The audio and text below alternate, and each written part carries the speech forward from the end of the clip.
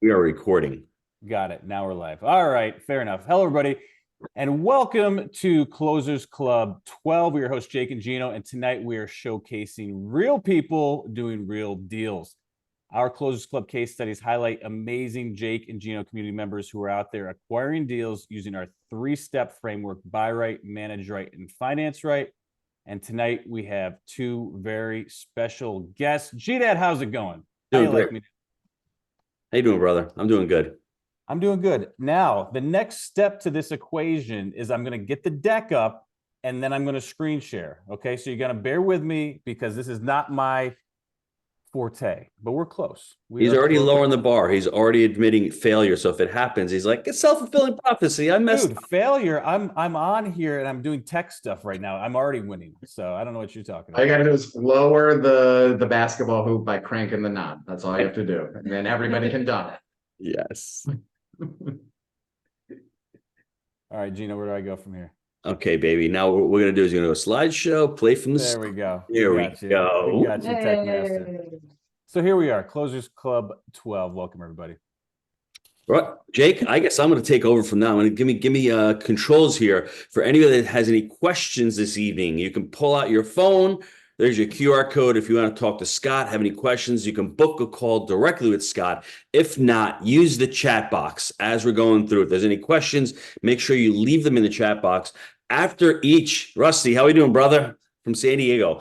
After each presentation, both of these guys, Anders and Megan and Lee, are going to leave their contact information. We'd love to get you to get in touch with them as well to learn more about their journey and even about their deals, because we can't take a deep dive into their deals, but we're going to talk about buy, manage, and finance on each one of their deals. And you're going to learn a lot of stuff going through it. But there's so many things that they've done on their deals and even their frameworks and even what they're doing right now. We're talking about what's going to be going on in 2024. Both of these guys have got hundreds of units. So to be able to speak to them afterwards, you'll be able to get contact with them afterwards. All right, those are our featured speakers. Jake, I can introduce them real quick before we let them go in. Anders was on our Movers and Shakers about a month ago, and he shared a really cool story with me. He said he used to be a traveling salesman going door to door, knocking on them doors. And he felt great after he made the sale. The only problem is the next day he woke up and he started at zero. And after a while, you get a little burned out. How many of you out there feel like that? You're just putting in the work. You do a great job one day. The next day, you start back at zero. And I can relate to you, Anders, because when I had the restaurant, it was the same thing. I'd put in 6 days for the week. Sunday night would come. Gino may get paid. If it didn't snow, Monday, I start back at zero. And I think from that conversation, I learned that you enjoyed, getting into multifamily because of that reason, because of really building a business, creating wealth and building, I don't want to say an empire yet, but you've got some really great deals that we're going to talk about, but creating that cash flow and creating that wealth. And as far as Lee Fjord goes, Lee's been around for a little while with Jake and Gino. I remember being down in Florida back in 2016. I get a phone call from Mr. Lee. He's out in Florida going, who are you Jake and Gino guys? You guys are teaching this real estate thing? I don't know if I should join you, but I remember, Lee, you joined, and it's been, 6 or 7 years. And I think you've learned a tremendous amount, and we're in a difficult market. You actually moved back up north, and I love your strategy. You're doing a lot of syndications right now. You're going into different markets and you've expanded. So I got to say kudos to you for being, I don't know if you were the very first Jake and Gino student, but you're really close to there. You're really scratching the surface, like one of the top 10 beginning Jake and Gino students. Well, and Gino, I remember specifically, I ran into Lee a year or two ago, and he's like, that deal you told me that was overpriced, I should have bought it because everything went up. Hey, and he wasn't wrong, but I will tell you this, and what's so powerful about our buy right, manage right, and finance right strategy. 2023 has been our best financial year in the last 10 years because we didn't do the bridge debt, we didn't do the stupid stuff, and we focused on the fundamentals and we held our ground. And I think it's working out pretty well for Lee. Now, you might have missed one or two, but those deals that you don't do sometimes can be your best ones. So volley back to you. We'll talk about it later. Oh yeah. So these are the community achievements, 72,000 units closed by the students. That is something I'm really proud of. $4 billion in students' assets under management. And that number, 111, where's MCK out there, McKenzie? That number is 119. That's 119 students who have left their W-2 jobs. And I'd love to share a story with everybody today. I was on a podcast with Jake this morning, and we were speaking to a communications coach named Rene Rodriguez. And he asked me what I did for a living. And I said, hey, I'm a multifamily investor, father, educator, mentor. I gave him the script. And he goes, no, that's not really what you are. And he dove deeper. And this is for all of you out there, whether you're trying to raise capital, whether you're trying to figure out what your why is. And I found out why I really created Jake and Gino. And what he uncovered for me was when I was 9 years old, I was going to the restaurant with my dad. I'd go to work with my dad. And this one specific day, I remember going into the restaurant. We walk in, there's bread on the floor. And I remember those wedges up in New York. They were so good. We brought him into the kitchen. And that day, he taught me how to cook in the kitchen. He took out his fillet knife. He would show me how to cut the chicken cutlets. He was throwing the chickens in the fryer with me. And it was just a magical day. And I really connected with my dad. And when I fast forward to 2007, when he passed away, I started really disliking working at the restaurant. And I don't know why. And I really found out the reason why. It was this, I left, I lost my buddy, I lost my partner. And when I started Jake and Gino, little did I know that I was emulating my father, that I was continuing the tradition of what my dad had taught me, the mentorship. You know, my dad was so well respected at the restaurant. He was so good at what he did. Everyone loved his cooking. Everyone loved to be around him. Everyone looked up to him and said, hey, Vito, you're great. And I wanted a part of that. And I didn't know that by starting Jake and Gino and creating this amazing community and allowing students like Anders and Lee to be on to share their stories and to really impact their lives, my legacy is being lived through Jake and Gino through my dad. And I'm just continuing his journey. Because a lot of people say, hey, Gino, why are you doing Jake and Gino? It's so much easier just to do the real estate. And at one point they may be right, but I think sometimes we really got to dive deep into why we're doing this. And I love the stories of Anders and Lee tonight. And there's a reason why they both got into multifamily. And as you're listening to this story, I want you all listening to this. Why are you on here? What is the reason that multifamily is going to impact your lives? We know all the logical reasons. It's the best damn vehicle, right? You get on there, you have tax benefits, you have appreciation, you have principal pay down. It's all there. But there's got to be a reason why. And I tell you right now, I'm looking at Lee shaking his head. Him, it's for lifestyle. Him, it's for legacy. Him, it's for impact. Him, it's for raising money and bringing his investors on board. And that is what's going to make you successful in this business. And that's why, for me, to be able to have these achievements through Jake and Gino is just really a continuation of the legacy of my father and really honing in and not looking at it as a job sometimes. To me right now, it's a calling, and I'm going to continue to follow that calling. So. And there's one other piece, Gino, and this is something I'm going to start hammering a lot. Cash flowing businesses. You're talking about sales. Renee today on the call talked about he was a door-to-door salesman when he got started out. Having an asset that is a basic human need, people need a place to live. Having a cash flowing asset where you're going to have rent coming in every month, and it's not going to be the latest doodad that goes out of style. It's not going to be, there's that thumbs up. It's not going to be the next iPhone that's not cool anymore and technology passes you by. If you offer a high level of customer service and you really take care of your residents, it's a business that's here to stay. Okay. It's not going to get wiped out by Amazon. I know Bezos is trying to buy rentals right now, but I don't think that's going to take it away anytime soon. So folks, really think about what kind of businesses you want to own. And I would really highly recommend folks to look into cash flowing assets, because I don't think there's a better vehicle on earth. I really don't. And Jake, one last thing, you can go to the next slide, but there's one last thing that I really have to impress upon everybody. If a pizza guy, a drug rep, a door-to-door salesman, and a realtor can get into multifamily and become successful in it, anybody can do it. If a realtor can do it, anybody can do it. That's all I'm going to say about it. No, I'm being smart. And right now, what a great segue, brother. Man, me and you were really feeling it together tonight. Who's successful in the community right now? Residential investors, the Lees of the world, people who are already in the real estate business. You already know that it's an amazing business. Professionals like Anders, they may not have real estate experience, but they have sales experience. They're engineers, they're doctors, they're lawyers, they're pizza owners like me, small business owners. And the third one, those of you who are experienced in multifamily, they may have 20 or 30 or 50 units, but they lack the manage right, that wheel of the wheelbarrow, which is important. That's right, my friend, pizza pie, man. I miss those days, but man, whew, Those are the people that are successful in this business. So if you're out there and you're looking to get into multifamily, click on that QR code. Let's have a conversation with Scott. And these are for all the students that are on. These are upcoming events. This is what makes Jake and Gino special.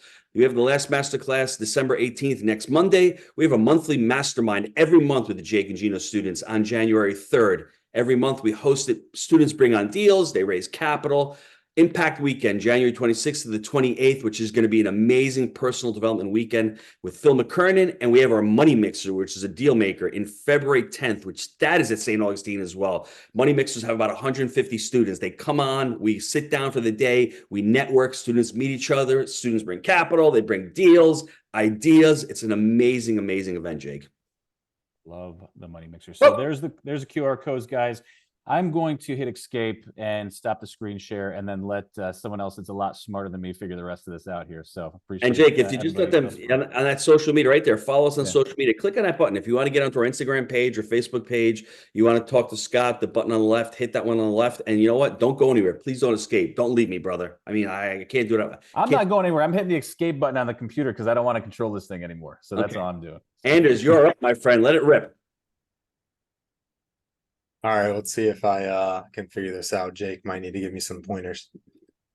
You're in trouble, my friend. We can talk about apartments all day long, but I'm not going to teach you how to use a computer here. So, all right, I'm used to PowerPoint, but they got this thing on the slides, so let's see if I can figure it out. All right, we working?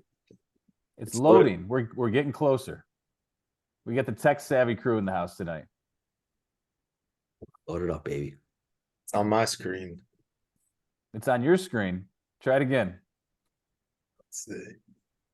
I think Lee may be going first.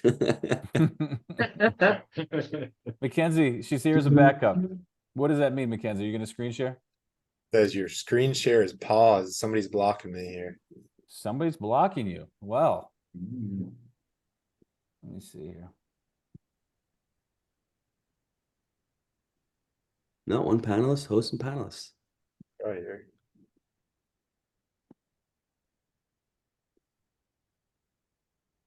Try her again. Yeah, let her rip.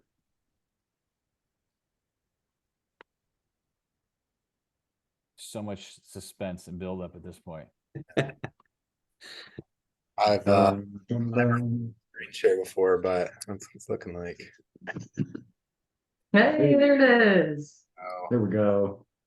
If it doesn't load, we'll just keep it on that screen. You want to go back? We'll just keep it on that screen if we need to do that. Yeah, let's let it rip right there. I'm good with that one. Andrew Jacobson, welcome to Closest Club 12, my friend. How you doing? Great. Thanks for having me, guys. Sorry for the technical difficulties there. Let's share the team. Let's go down to slide number 2. And Anders, real quick, I'd mentioned your story of, you joining Jake and Gino, but really discuss that first deal that you did in Chicago. Talk about that first painful deal you did. And I think the light bulb went out there saying, I can't do this by myself.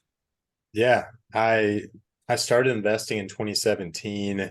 I invested as an LP just for some passive income first, and then I bought a handful of deals, did a couple flips, and I held on to a 4-unit in Chicago. Ended up being a complete nightmare, the biggest disaster of a deal. Luckily, I got such a good deal for it and bought it so cheap that somehow I still made a little money on it in the end. But it motivated me to stop buying small deals and just focus on the big stuff. I wanted larger assets, more units, and just less headache. And that's what the larger deals have brought. And what were you doing at the time? You're in sales, correct? You were selling solar and you were doing other stuff, correct? Yeah, I was selling solar panels door to door, residential, and I was pretty good at it. I've been blessed to be good at sales and was always one of the highest producers in the industry. But like you mentioned before, Gino, I'd wake up the next day after having the best month, week, day ever, and just think to myself, oh, I got to do this all over again. Like it wasn't Cylindra, was it? No, it was not Cylindra, bro. Okay. I was going to have to check with the door. Okay, fair enough. Here we go.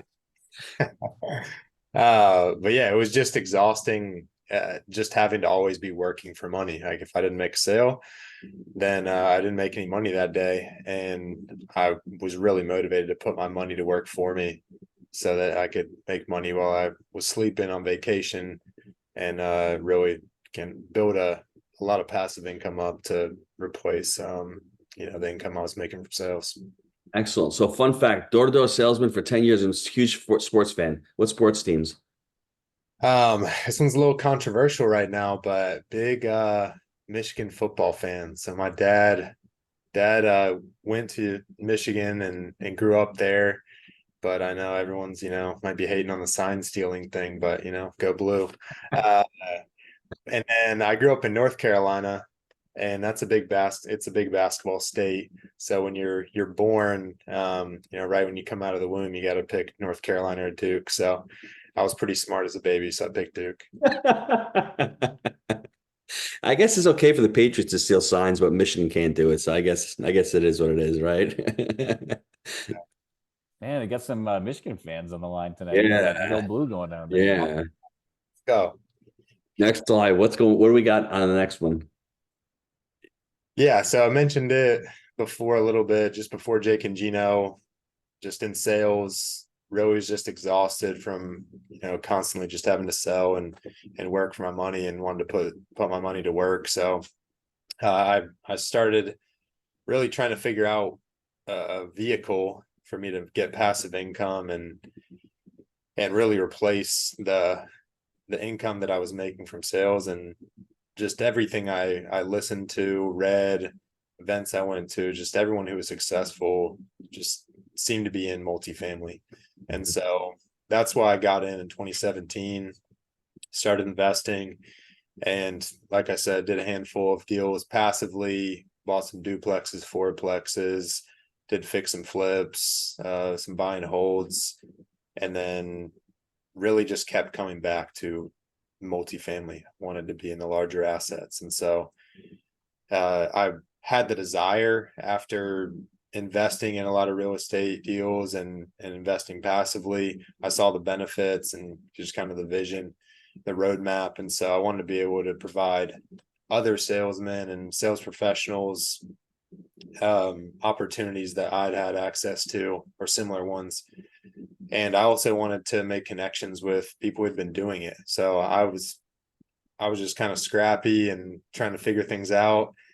And I feel like salesmen are just the key is just being a problem solver. And so I've been able to do that on these smaller deals and figure things out. But 100+ unit just scared me to death. So I wanted to be around people who had done it before and could kind of show me the ropes. And I also wanted to figure out how to speak the language, because sometimes when I'd talk to a broker or somebody who'd been in multifamily for a while, I felt like they were speaking Spanish. And so I wanted to learn that language and understand it. And so that's what motivated me to join the group and to get into Jake and Gino. And big kudos to you, Anders, because I know, since you joined, you've come to all the events, you've put in the work, you've met the students, you've partnered, you've done the property tours, everything that someone who wants to be successful in multifamily needs to do. And I think more importantly than anything, and I'm sure Lee's can attest to this as well, his story, you became the identity, you identified as that multifamily investor. And what you started to do is you started to speak the lingo, you started to learn how to walk these deals, you started to learn how to raise capital. All of a sudden I see Anders online a lot, he's on LinkedIn, he's on Facebook, and it's really cool to see that progression growing from that salesperson to becoming that multifamily investor and treating this as a business and becoming an entrepreneur through this business. So I love to see that growth that you've had over the last 18 months in the business. So big shout out to you, big kudos to you. Thanks. You gotta fake it till you make it, at least. So at least I'm that. Yeah, so since Jake and Gino, I mean, it's been really everything that I hoped it would be. Everything that I wanted to join the group for really has come to fruition. So all the deals I've done over the last 2 years have been in some way, shape, or form either brought to me by Jake and Gino members, or I've partnered with them on it. I mean, I've learned a ton. I've learned the language, at least much more than I knew before. It's definitely still learning and trying to grow, and things that I'm still don't have a great understanding of, but I'm still getting coached and reaching out to other members who are still happy to help. So that's been great, and have met coaches and friends that really I can ask any question to, and they're willing to help, and that's been amazing.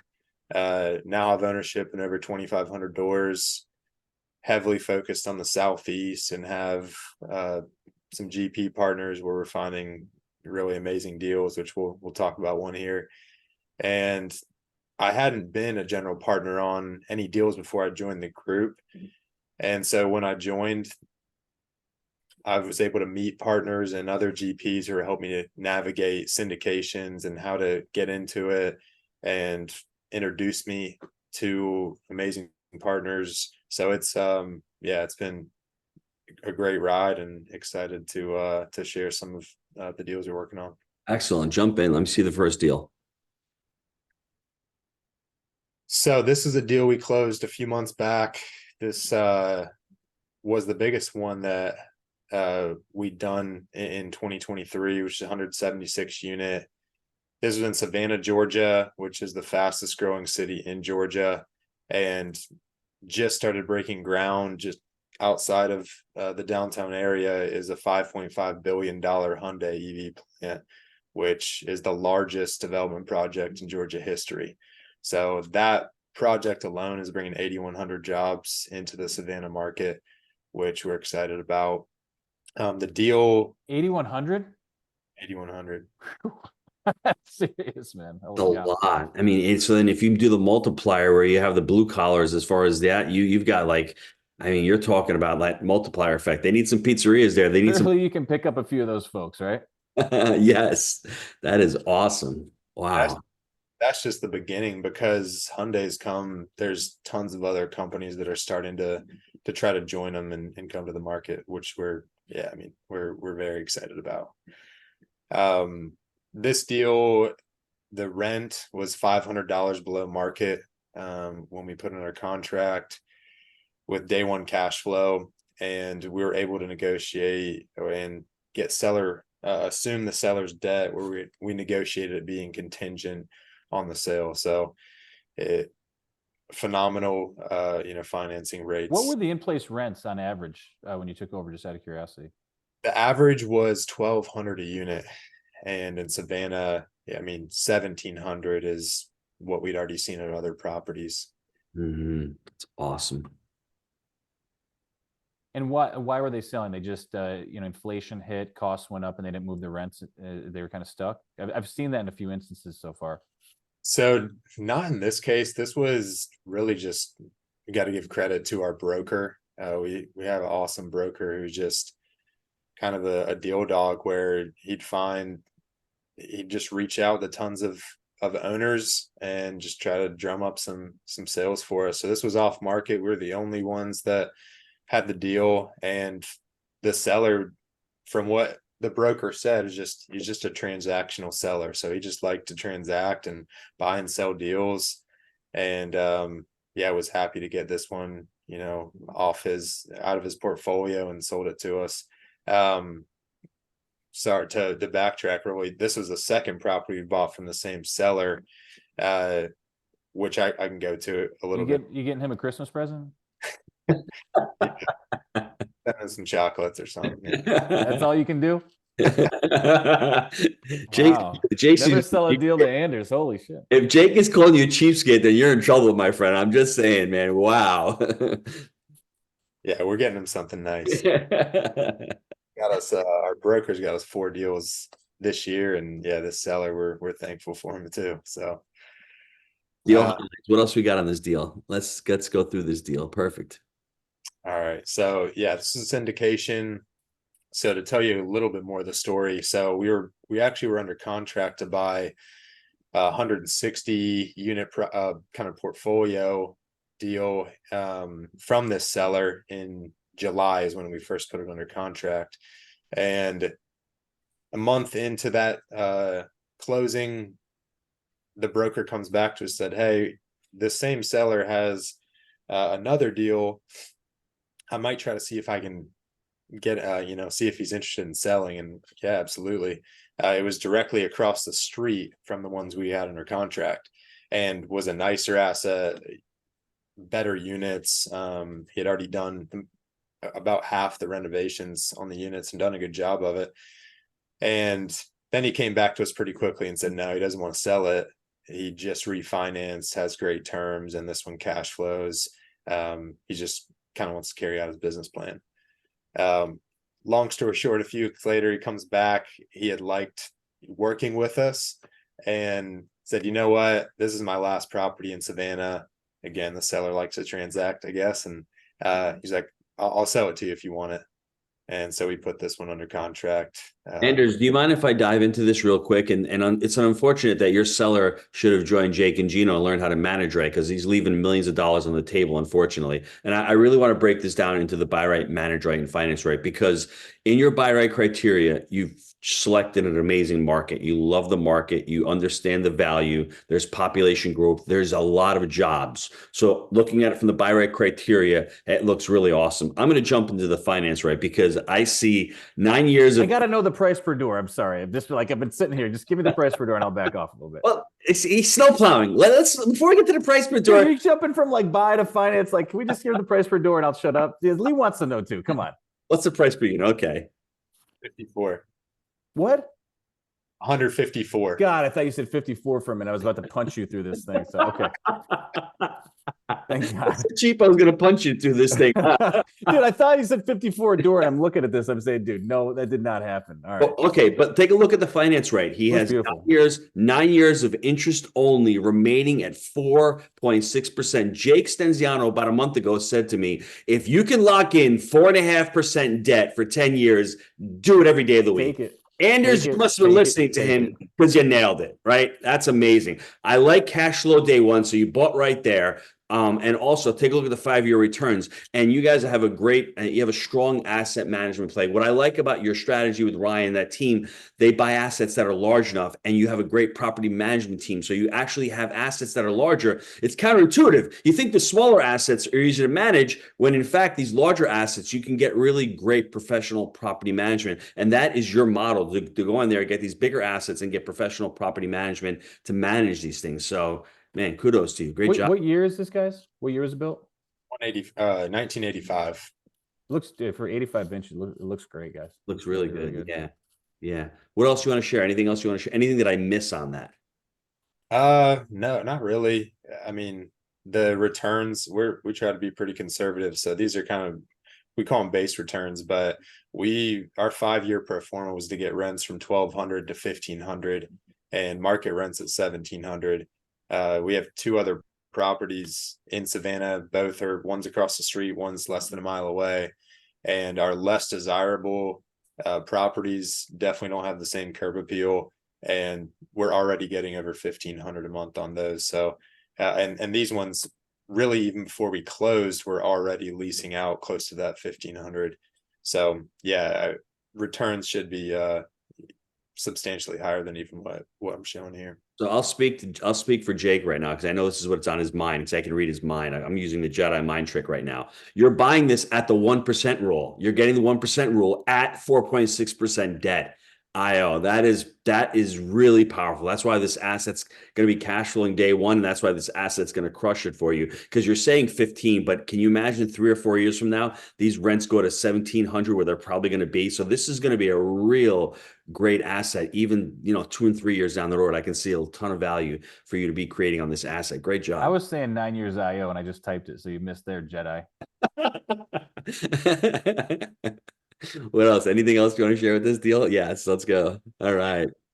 Plan. So we have in-house property management, super light turns on this. Like I said, a lot of the units had already been turned. So these were previously turned units. He did a pretty good job already. We budgeted about 3,500 a unit and had about one. It looks spacious. Yeah, they are. They're lofts. Yeah. So, yeah. I love this deal. I really do. This is great. Yeah, so we're gonna come in, we'll paint the exteriors. That's the one thing we don't love the exterior paint job. So we'll come in, make it look a little newer, some minor landscaping, we'll put in a dog park, new pool furniture, and yeah, there's not a ton of, it's really light turns on this property, which we love. Let me make the comparison of that deal in Chicago that you had, where you worked your butt off. That return on equity, or return, what we'd like to say, the ROE is the return on effort. That's insane, isn't it? All the work you did for that little 4 or 5 unit property, as opposed to this. I mean, there's still going to be a lot of work here, but at least you can justify the work on this property where you have an asset that's newer in a better area with more value add. I mean, that's just amazing. I guess the evolution, and it's only been 5 years to go from such a small property to actually have a framework where you're like, I'm going to buy this thing right, I'm going to finance it right, and I'm managing this thing right. And yes, somebody in the chat box asked, he said a 9-year IO. Yes, 9 years of interest only is left on this loan at 4.6%. That's what makes this deal super attractive. And that's why multifamily has been, not transacting as much the last 18 months, because interest rates have gone to 7%, and people want these prices where they're priced at a 4.6 or a 4% interest rate. And that's why this deal is so attractive. You got 9 more years left locked on this thing. And then this is still attractive if you want to sell it to the next buyer. You still have 3 or 4 or 5 years left on this loan if you decide to do that. Although Jake is saying, don't sell, baby. You got to hold this thing. This thing is a hold for Dude, you. it's 2023, and he's buying 2021 debt or 2022 debt here on the thing, which is fantastic. And Yeah, that is awesome.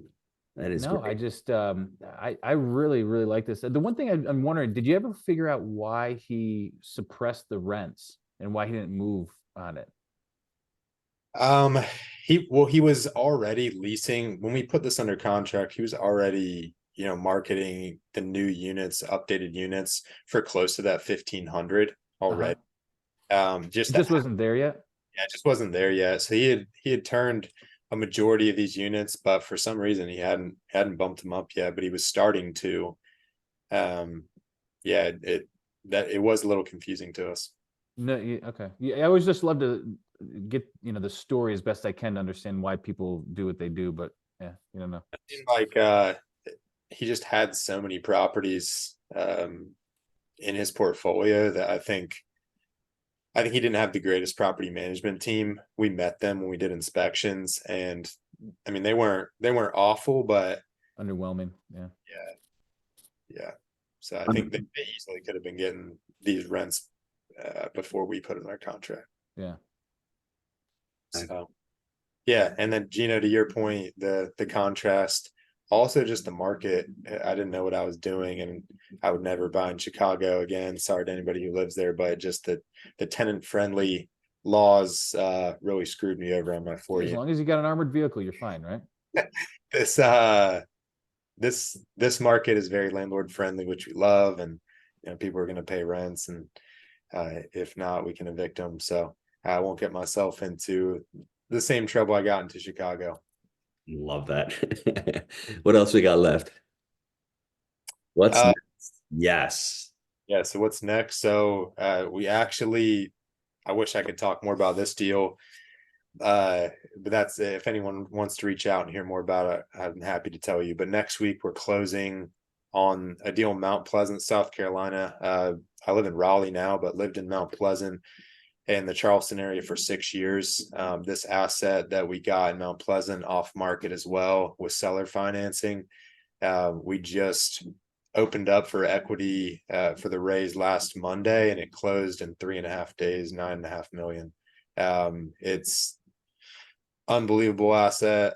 I mean, this one's even crazier. It was a family owned property for 40 years, managed by one of the daughters, and their rent was over $900 per unit below market.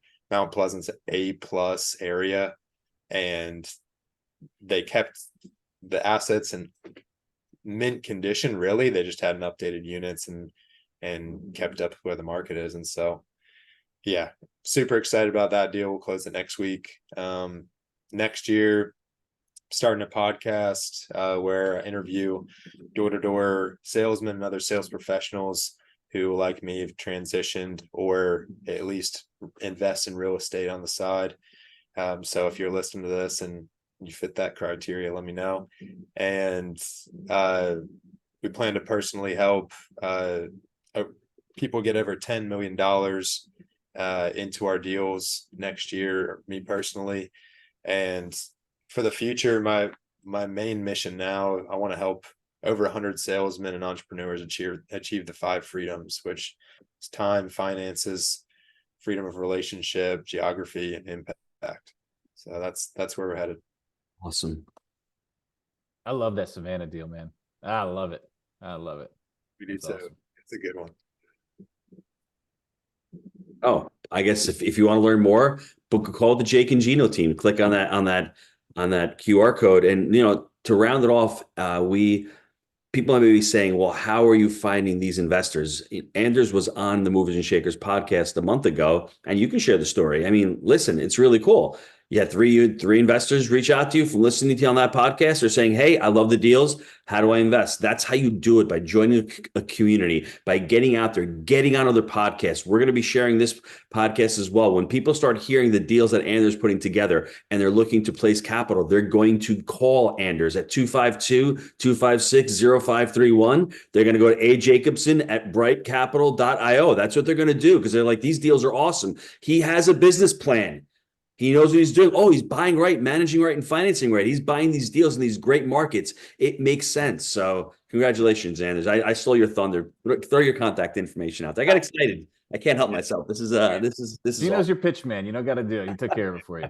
Yeah, appreciate it, Gino. Yeah, please reach out. Love to chat with anybody. Like you said, I've had people reach out from the Moving and Shakers podcast, other podcasts that have ended up investing in this Savannah deal and other deals that we have, the Mount Pleasant one.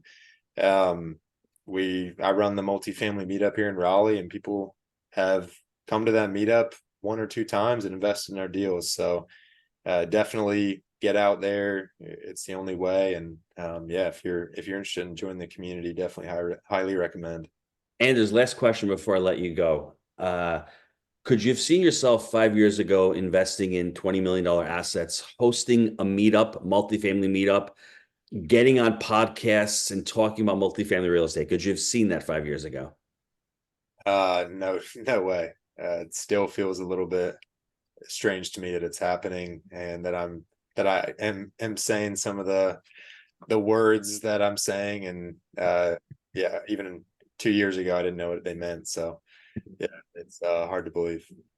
Thanks, brother. Stay humble and hungry, man. It'll serve it. you well, right? All right. Thanks, Anders. Take care, brother. All right, you have to hit escape though. That's the way I figured it out, because we got one more guest tonight. Escape, but don't escape, but stay here. Okay. Yes. Very good. Yes. It's only halftime, folks. So Lee's looking around like he doesn't know what he's doing. Megan's going to take over and take the power of the screen. I can see it. That's how it works. Gino knows all too well. I just see you looking at the screen going, Ari has it set up, ready to go.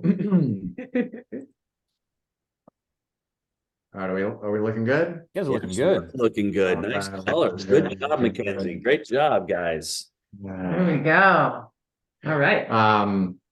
So go ahead. I guess I can go ahead and roll forward or roll through it. My name's Lee Fjord. This is my beautiful wife, Megan Fjord. And as Gino and Jake mentioned earlier, I'm pretty sure I was member like a single digit original member of the group when they first started out in 2016, was an avid listener to the podcast, was at the time a property manager running a property management company. I managed single family houses down in Florida. Fun fact, I am an avid skier, and We're about to go skiing in the next couple weeks or so. yeah, Where you we'll be in going? I'm Tahoe. excited. Yeah. We go to Tahoe every year. Yeah, we Tahoe, got family. these rich real estate investors, Gino, going all over the place to Tahoe and Vail and all this, That's Great what place to allows- raise capital. Yeah. But Lee, let me ask you honestly, what drew you to multifamily? I mean, you're in the property management business. You're managing single family rentals. You're in a nice area. You're in Destin, Florida, correct? You're in a really good market, weren't you? What attracted you to multifamily? I understood by running the management company of houses that more roofs under or more doors under one roof was just going to be that much more efficient. After building it up and seeing the pain of individual single family home investors, I realized that really wasn't the way. Mhm. And I actually got inspired by several of my clients that that was just their second home and that I was managing for them. Actually, it was their other second home that used to be their second home because they upgraded and bought a bigger one. And they were all commercial real estate investors, many of them. So I got inspired by them and decided to, the bigger it was the direction that I wanted to go, and in multifamily. Thanks for sharing that. Follow the money. I love that. That's right. Oh, yeah. Yeah. Oh, well, Oh, I guess I we're got gonna skip over your life. No, go ahead. So yeah, I met Lee in 2020. In 2016, I was actually transitioning off of active duty for the Navy. I served 9 years active duty and got into real estate in 2017, just as a part-time agent on the residential side. But in 2020, I got into real estate investing. I started with a duplex. And I met Lee several months later, like right before I was about to close. And, he very quickly had me catch the commercial bug. Oh, yeah. And we've been working together ever since. So That's awesome. I've actually was on Navy Reserve duty today, so I'm rocking some military hair today. So yeah, I joined, and I was, when I didn't even know Megan, but at the time, I did not have any education on a commercial real estate standpoint. I had education in real estate, I had education in property management, but I didn't have education for multifamily. I wasn't focused. I was, shiny object syndrome. Should I go do a storage facility? Should I buy a trailer park? Should I, buy single family houses? Maybe I would do a wholesale project here or there. I had no focus. And I also had no network. I had no sphere of influence, no people who were already doing the things that I wanted to be doing in my life. And I realized that you really need to have those in order to be truly inspired and know which direction you want to go. So joined the program, started getting educated in Kajabi, in the education platform that they utilize for the Jake and Gino program, and found my true North Star. It was commercial multifamily ownership, and established a relationship with so many members of this community. It was wonderful. I went to all of the boot camps and started going to the money mixers, and Megan even came to one. And after I met her, we still go to those, and we love them because it's a great opportunity to meet new friends and potential business partners. I was going to say, actually, the very first commercial multifamily real estate event I ever went to was your event in Knoxville in 2021. I think it was like April. Money mixer. And that was my first time like meeting other commercial real estate investors and actually understanding the concept of multifamily at the larger scale versus the single family residential multifamily. And I remember leaving that conference and being like, okay, Lee. Let's go do We this. kept our doors open, folks. That's all I'm going to say.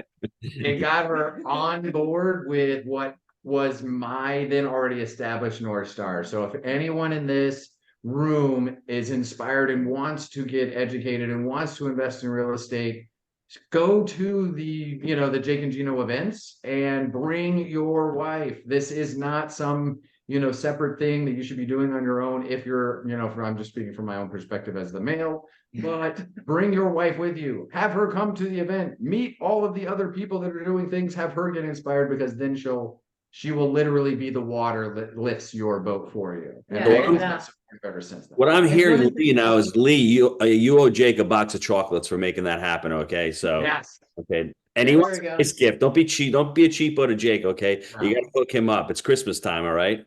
You're getting Godiva, the good stuff. Right? The good stuff. I have to say, like, before going to the Jake and Gino, when I was still, learning real estate, before going to that first event, I was very much so why don't we just own 100% of it? Yeah. Like, why do we need partners? Like, wouldn't you rather have 100% of something? Duplexes are great. And Yeah, and after the fact, I was like, oh my gosh, I can totally understand like why like the team sport is so much better. Like you really rising tide raises all ships, and you can just leaps and bounds go so much farther with a team than you can ever on your own. We all have these limits, and you can't get past your limits unless you start partnering up. Have to partner. You And made the best place to find them is at the events. Yeah, you made such an excellent point because multifamily is a team sport. And what you did is you actually learned something, you educated yourself, and your paradigm completely shifted of the way you saw something. You thought you knew something, but then when you experienced it, like we're experiencing this call right now, all of a sudden you're able to say to yourself, well, that map, that paradigm that I used to have,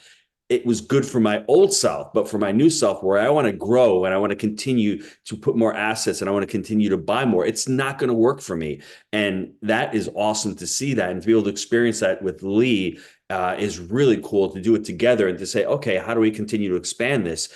Keep coming to the events. Lee keeps putting in the work. Lee keeps doing these webinars himself, keeps raising the capital, touring around, buying deals in different markets. That's how it ends up, how you can grow this business. Yep. We always said, would you rather own a slice of a watermelon or a handful of grapes? Yep. And that's like the perfect analogy. Yep. Took that away from y'all. Love that. And, how did joining the group help me be able to close my very first deal? And I define my first deal as, a commercial sized multifamily property, like houses and duplexes don't really count. Is I got inspired by other people who I met that were already part of the group that were closing deals themselves. I mean, if Jake can do it, I can do it. I just want There's no everybody to doubt. know. Yeah, There's no doubt. literally. And you get coached. I got coached by one of the great coaches that are part of the organization, Chris. He helped me go from 11 units on my own to hundreds. I think by the time he stopped coaching me, I was at 500 awards by then. And it built my confidence by having the coaching, having the framework, having the steps in the process designed for me and helped me know where to go. So that's how, helped me close my first deal. And today we're actually going to be here to talk about and learn about my first decent sized property. Actually, yep, there we go. Yeah. So I remember closing on this deal and it happened on the flight to MM3. So on the flight to MM3 in Orlando, I got the text message from my broker as the flight was taking off that we closed on this deal. It was 2019. It was my first decent sized property. So it had taken me almost 3 years to get to a place from where I joined to where I did my first decent sized deal. And that was on me. If I started harder, faster, earlier, my velocity would be, it'd be a lot further along than I even am today. He was stuck in some of those level of effort, like you were saying, properties that were holding him back a little bit. Yeah. I remember talking to Lee. He was doing a lot of the painting, a lot of the spackling, a lot of the plumbing. I remember that he was stuck with, and there's nothing wrong with that. That's your journey, Lee, and that's how you were able to overcome that, to find this 38 unit, and now you're doing deals in the 100 unit plus. That is part of your journey. You'll never go back and say, I wish I would have done something differently, because look at this deal, 38 units, 1.3 million. It's brick. It looks really freaking awesome. For this one deal can set you free. All you needed is one deal, and this one deal can absolutely set you free, my friend. It was a mess when we bought it. It was 1960s C-class in a D-class neighborhood that was surrounded by C-class neighborhoods. So that felt good. Like it felt like it was in the path of progress. Yeah, I'm originally from St. Louis, and when he told me where this property was, I was like, ugh. You have to start somewhere. So I found a partner who, I went through the education. It was go find a partner that can help you qualify for debt and raise money. So I partnered up with an ex-NFL football player. He had more money than time, and I had more time than money and a deal. So we jumped together, bought this 38 unit. We purchased it in October 2019. We put about $250 into it. It was a straight JV deal, no equity raise, no none of that. So, St. Louis, Missouri, my backyard, and definitely a C-class neighborhood. And that C, I'm kind of a little iffy about whether I would consider it C. You can The kind of see brick the looks really numbers there. nice, man. Yeah. Oh yeah, that was why I bought it. The brick Yeah. and the They're pretty. doors and the windows, the roofs, everything was, the bones on this property were great. That's why my turn costs were only $4,500 to go from, metal cabinets to, wood cabinets and vinyl in the kitchens, and we just polished up the floors and painted it. Yeah, and to Lee's defense too, is this asset is one of the youngest assets in the neighborhood that it's in. The neighborhood that it's in has a bunch of assets that were built at the turn of the century, 1900s. Yeah, and it's one of the best looking assets curb appeal wise in the neighborhood as well. Yeah, we bought it right. We negotiated into the purchase a seller credit of $55,000 for deferred maintenance on the property. What did that do? That dropped the amount of cash we had to bring to the table on the closing day from a little over $250,000 to 260. It dropped that down to 205. So we only put in my partner and I only started with this with a total of about 250,000 in cash total. So we took about 250,000 in cash. We acquired the property, put it under bank debt, and started cash flowing. Or did we? So as you can tell, we were doing all these unit turns, and I mean, we were taking them from nasty to beautiful and achieving beautiful rent bumps. I think the average rent at the property was about 500 when I bought it. And we were getting, I want to say 750 when we were done with our remodel. So you put $4,500 in a unit and you're getting a $250 rent bump. You get that back in what? Not even like 20 months. Year and a half, exactly. Well, Lee, you know what's really cool about it? If you go back, if you stay on this slide real quick, I want to give everybody a tip right now. That seller credit, as we're entering this market cycle right now, don't be afraid to ask for credits or that word retrade, and ask for a concession. If you see something and it's a valid concession, a year ago they would laugh at you, but that's why the opportunity is now in multifamily, because now you're going to have the opportunity to get completely flipped. It's completely changed. Yes, so that's really cool. That happened in 2019, and that went away for the last couple of years, but now that's coming back. So really, really great to see that happen on this deal as well. When I learned the tool of the seller credit, I've applied it on as many deals as I possibly could since starting out. Like, because the difference is huge on the overall, return on investment when you adjust it just by a little bit, 20%. So what lessons did I learn? Well, when I was at MM3, I remember I had the VIP ticket. I went into the VIP lunch and I told Jake, I'm going to call myself Mr. Make It Happen. I even introduced myself to the group. I was like, I am Mr. Make It Happen. I'm driving, around in a van full of tools. I'm fixing units. I'm changing out toilets. I'm painting walls. I'm doing all the work.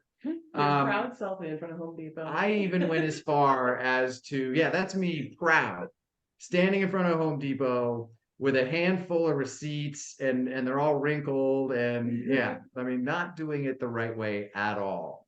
So, fun thing happened in 2020. COVID hit, and I decided, oh man, I don't know if you can see, but these yards, they were nasty weeds and mud, and every time it would rain, mud would flow into the sidewalks, and they were nasty. So COVID hit, and I was like, well, I don't have anything else better to do, so I'm gonna go buy 15 tons worth of gravel, and I'm gonna have them deliver the gravel to the property, and me personally, I'm gonna wheelbarrow all of this gravel from the out front of that property to fill all those planter beds. And let me tell you, that's a long way to go. At probably from one end of the property where the gravel was to the very furthest bed was easily 200 yards. Like, it was a long way, maybe not 200. I'm sure you got real strong. Yeah, back. That was your wedding prep, it sounds like. It was. I'd still be doing that if it was me. I still finished that 15 tons of gravel. It was kind of, I was like, well, I don't have anything else better to do, so I'm going to do this. So laid the weed barrier, did all of that, added value, which, is a wonderful thing to do, but something that's certainly not scalable at all. So I learned don't be Mr. Make It Happen. Even though I put on my signature of my email, still to this day, Mr. Make It Happen. There's Like, many ways to sincerely, make it happen Mr. versus just Mr. moving There's rock. many ways. Exactly. There are. Still I a will good say this connotation. though. I think everyone needs a 1 to 2 hours a week of physical labor for sanity. I really do Amen. believe that. If you take away one thing from this call, get outside, do some physical labor for 1 to 2 hours a week. It'll set you straight. That's all I'm gonna say about that.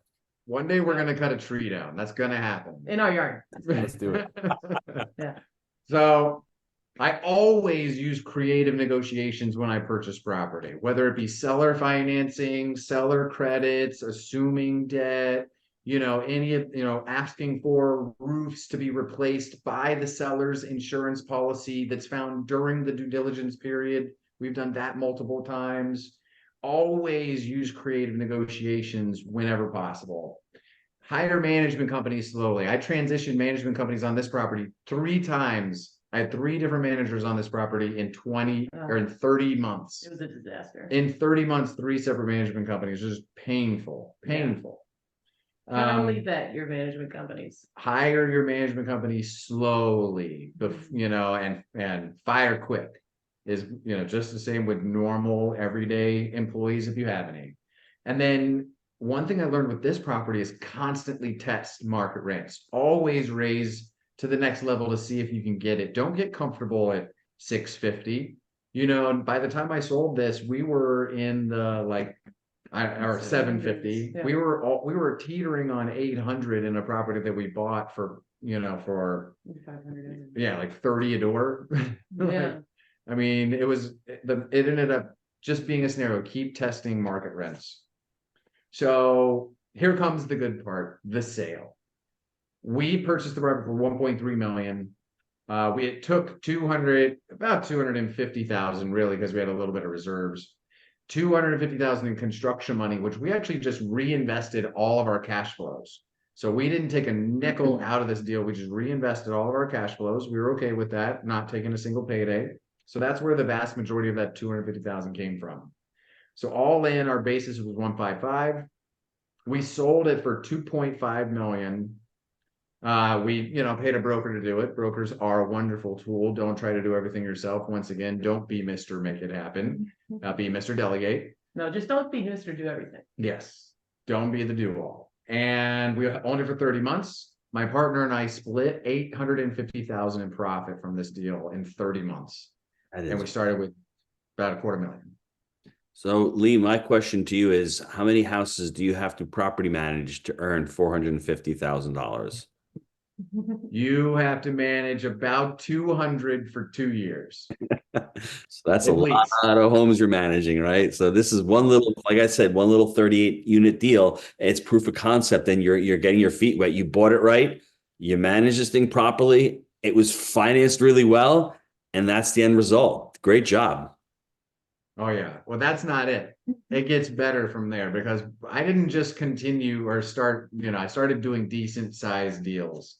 So we took the capital, my partner and I, from that deal, and we used it to be the largest single investor in a 506B syndication that we then turned around and purchased in Hot Springs, Arkansas. So I learned my lesson. St. Louis City is not where I want to invest my capital. I want to invest my capital in growing markets. By then, Megan was, with me, thankfully. Yay. Megan came along, and this was our, second syndication? Yeah, second syndication. Third at that point. Third. This was our third syndication. Prior to this, we did a 272 unit as well. But we did a 506B syndication. Purchase price was $7 million. We did, once again, a $200,000 seller credit on this deal. We're investing $1.35 million in construction money. That is a construction loan from our regional bank lender. So that kept our raise nice and low. The raise of that was only $2.5 million, of which my partner and I we paid our taxes because we didn't want a 1031. We wanted to just wipe it clean and start over. So we paid our taxes, and we each invested what came to right at $750,000 that we ended up investing into the deal. Utilize cost segregation depreciation to reduce some of the gains off of that previous project. Ooh, and I have to tell a quick story on the pain point of this deal. I specifically remember we got this property under contract off market. It was from another buyer had it Mhm. and then introduced us to the broker because he was backing out. And after we got it under contract, our lender who had gave us our pre-qual let us know that the board was not going to be able to lend on this asset because they were over leveraged. Yeah, So we went into this deal without debt. yeah, And having the community available to help us get some introductions was extremely beneficial in that moment because we didn't want to lose the deal. So we definitely had to heavily lean on the network at that point where we were happy to have Jake and Gino's group yeah. and other people who have met and partnered with in the industry, because it's not, it's who, not how. Yeah, it was actually Hadar. Hadar owns property in Arkansas. When our lender pulled the ripcord and said, never mind, we can't do it after we were under And contract. I think we helped had us an find a deal. accelerated closing period too, because our debt was already locked in. Yeah. Like we had like a 45-day closing period. We made some pretty serious freaking out a promises to little bit. close the deal. Yeah, those are and some sleepless got it done. nights. When did Oh, you Yeah. when did you close this deal? We bought this it's been a year and 2 months, October of 2021. 21. No, Was it 20? No, it was 22. It was So been a this- year, so Yeah, this- yeah, over a year. 2022. So you guys are really employing what we call the conveyor belt. You started a smaller deal, you got it on what we call our conveyor belt. You let that equity matriculate. You just pulled the equity out because people are saying, "How do I get money for my next deal?" Well, you buy a deal, you add value to it. You can either refinance it. In your case, you just trade it up. You're like, "I don't want this 38 unit in St. Louis. I'm going to take that money and I'm going to go find a better market, a different market, or a better asset, and put that money there." So, great job. And this is awesome. This deal looks And great. it gave us the opportunity to be a large LP on a great syndication as well, and that is, if our underwriting is correct and if the business plan goes as well as we hope, which we always wanted to, and believe me, we're going to ensure it, Conservative too. that our equity will then double in the next 5 years. So that 750,000 for our partner and ourselves will turn into 1.5 million in 5 years. And we'll just keep that going every 5 years until it becomes enough to never have to think again, think about money again.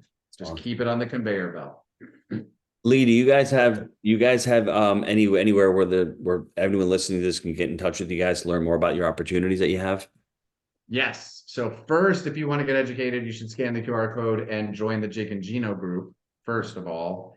Second of all, I don't know where our QR code went.